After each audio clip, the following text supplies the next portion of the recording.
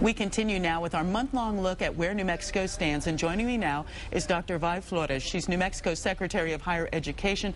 Dr. Florez, thank you so much for joining us this morning. Good morning. Now, really, there are some big changes going on here in New Mexico. Where does New Mexico stand in terms of enrollment?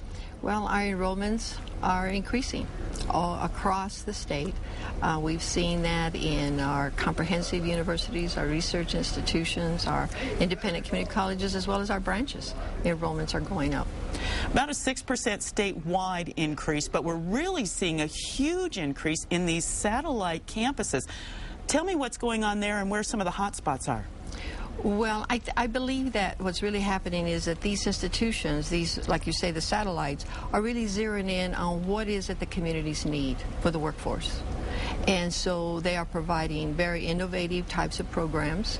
They're providing innovative types of collaborations that probably hadn't occurred before. So I think that they are really meeting the needs of the community, and that's why you're seeing these satellite institutions really increase in their enrollments. Also, you mentioned one other change, and that is that a lot of us aren't taking classes for fun, but more for career development. Is that economy-based? Yes, I believe so. I mean, you know, like students know what are the areas that are really needed in the communities and without the state, and so they're zeroing in, like the health sciences, the allied health sciences, the teaching profession, you know, any of the professional areas. A lot of people are moving in those directions, as well as the industry areas. So yes, I think that they definitely know that. We have a huge budget crunch this year. How's that going to impact higher education?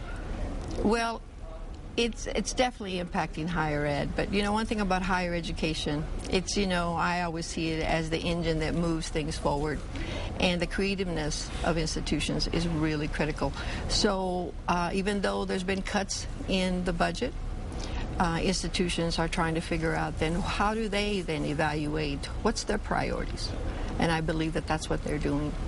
Very quickly, how's it going to impact students? What kind of tuition increases are we going to see this next year? Well, there are going to be tuition increases.